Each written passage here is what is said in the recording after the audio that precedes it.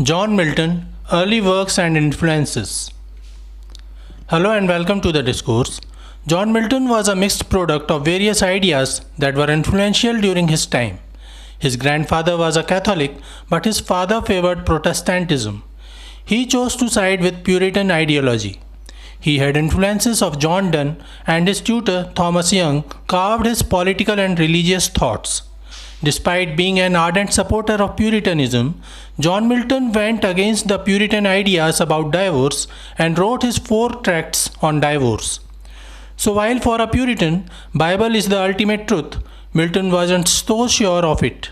He was an ardent fan of science and met Galileo during his time in Italy. Galileo was the only contemporary person that he mentioned in his magnum opus Paradise Lost. He was among the very few such Puritans who accepted and supported the Heliocrantric view of Galileo without a fuss. During his days in Italy, he associated himself with humanism.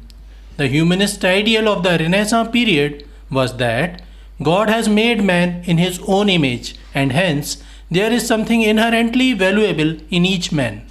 Yet he was a staunch Puritan too. All his works are inspired by Bible. The basic story of Paradise Lost is taken from Bible. In other works of Milton too, he mentions Christ again and again.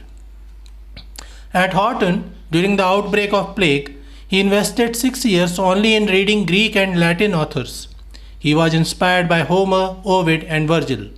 Another important influence that is visible in his poetic works is that of Edmund Spenser. Many critics suggest that the writing style of Paradise Lost is akin to that of Fairy Queen by Spenser. Another important literary aspect that influenced John Milton appeared from the Elizabethan dramatists such as Christopher Marlowe and William Shakespeare. Milton was particularly intrigued by William Shakespeare. His first published poem was titled On Shakespeare, which was anonymously included in the second folio of Shakespeare's plays in 1632. Milton's use of unrhymed lines in blank verse in his magnum opus Paradise Lost became the first instance of the use of blank verse in poetry. Before Milton, only dramatists used blank verse. Milton not only employed blank verse in Paradise Lost, but he used it in Samson Agonistus and Paradise Regained too. So we can summarize the influences on Milton as A. Metaphysical poets. He heard sermons of John Donne and Andrew Marvell was his close associate. B. Puritanism and Presbyterianism. C. Renaissance humanism. D. Greek and Latin classics of Homer, Ovid and Virgil. E. Edmund Spenser's Fairy Queen. And F. William Shakespeare. Influences of John Milton. John Milton is considered one of the best English poets of all time. John Dryden in 1677 described Milton as the poet of the sublime. Poets of the 18th century including Alexander Pope and Samuel Johnson revered and praised John Milton. Samuel Johnson wrote many essays on Paradise Lost and mentioned John Milton in his book Lives of the Most Eminent English Poets. Voltaire was too impressed by Milton as he mentioned him in his work The Age of Louis XIV as Milton remains the glory and wonder of England. William Blake was an ardent fan of John Milton and considered him the major English poet. According to Blake, Edmund Spenser was the precursor of Milton while he considered himself as the poetical son of Milton. During the Romantic Age, Edmund Burke described Milton's description of hell in Paradise Lost as the best example of the sublime aesthetic concept. Burke believed that it was as difficult as to put mountain tops, a storm at sea, and infinity alongside each other, and Milton did it easily in his own poetic manner.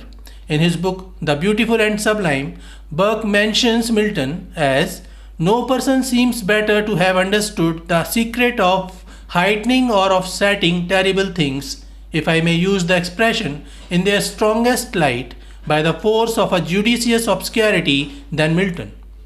Milton was the first to use strong blank verse in poems. Most of the Romantic poets praised Milton's use of blank verse, though they had reservations about his religious thoughts. William Wordsworth praised Milton in his sonnet London 1802. He begins the sonnet London 1802 as, "Milton, thou shouldst be living at this hour." He further addresses Milton and says, "Thy soul was like a star and dwelt apart. Thou hadst a voice whose sound was like the sea." Wordsworth and Samuel T. Coleridge collaborated to produce a philosophical poem larger than Paradise Lost in Miltonian style using blank verse. Though the plan didn't work, Wordsworth's biographical poem The Prelude was written in blank verse and was inspired by Paradise Lost. Similarly, John Keats described Paradise Lost as beautiful and grand curiosity. However, he couldn't use Miltonian verse himself with alarm when he tried to write his epic poem Hyperion that he never completed. During the Victorian age, T.S. Eliot, Harold Bloom, and Ezra Pound criticized Milton. T.S. Eliot said, "Milton's poetry could only be an influence for the worse upon any poet whatever, and that the bad influence may be traced much farther than upon bad poets, and we still have to struggle against it." According to T.S. Eliot, Milton writes English like a dead language. Harold Bloom, in his work The Anxiety of Influence, wrote, "Milton is the central problem in any theory and history of poetic influence in English." Despite such critics, Milton continued to enjoy praise as other Victorian authors like George Eliot and Thomas Hardy were inspired by him.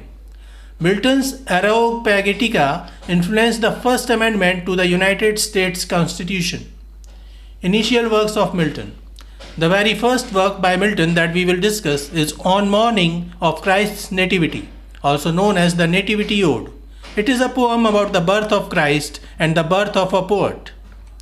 Milton wrote this poem for the celebrations of his 21st birthday. The poem is about his leap into the world as he begins his career as a poet-author. It was not the first poem that Milton wrote, yet he considered it his beginning as a poet. In 1645, when Milton published his collection of poems, he kept Nativity Ode at the beginning. The poets of the 17th century often wrote about Christ's birth. Some of such very popular poems were written by Ben Jonson, Robert Herrick, and others.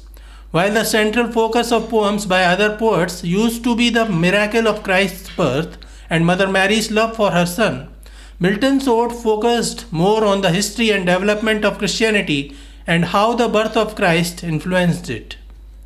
Milton's poem is more about the capacity of an individual to bring noteworthy changes. He not only describes how Christ served humanity, but he also stresses his own duties towards England and humanity. It is a long 27-stanza poem that was longer than any other poem on Christ's birth written before it. Milton was a student at Cambridge University when he wrote this poem in 1629. The poem is divided into two sections. The first section is a 4-stanza introduction and the other section is titled Hymn, which is a 27-stanza poem. The poem describes how Christ took birth and overthrew the false gods and rulers, and how he was crucified. He brings upon the necessity of political change to end the reign of Charles I. Milton's poem is more about the capacity of an individual to bring noteworthy changes. He presents Christ's birth as a model for revolutionaries against the tyrant monarch. The next work by Milton that we will discuss is On Shakespeare. It was the very first published poem of Milton in English. Milton wrote On Shakespeare in 1632, and it was published anonymously in 1632 in the second folio of Shakespeare's collection of dramas. It is a 16 lines long epigram in which Milton praises Shakespeare and says that there is no need to make any monument as a tribute to Shakespeare, as no man-made monument is a suitable tribute to Shakespeare's achievement. According to Milton, Shakespeare himself created the most enduring monument to befit his genius. The readers of the plays, who transfixed with awe and wonder, become living monuments, a process renewed at each generation through the panorama of time. Milton describes Shakespeare as son of memory and heir of fame.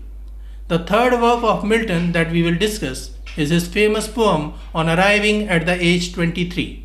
Milton wrote this poem in 1632, just after he graduated from Cambridge University. It was for the celebration of his 23rd birthday. It is a sonnet of personal meditation. Milton talks about how he would like to use his talent to glorify God. Milton mentions a time in the beginning line as the thief of youth. Milton suggests that he has little time as he is now 23 years old, yet he hasn't achieved any noteworthy milestone. It is as if someone at the age of 23 is looking back at his years and wondering that he hasn't done anything noteworthy till now. He has just wasted his time. Milton here acknowledges that he may not seem as mature as some of his contemporaries, but expresses a desire to use his talents well and his trust in God's will for him over time. He then uses the metaphor of the seasonal cycle to express different stages of life. He says that youth is like spring, summer symbolizes the prime time of life, autumn is middle age, and winter is like old age. He mentions that currently he is in the late spring season. So this is it for today. We will continue to discuss other important works of John Milton. Please stay connected with the discourse. Thanks and regards.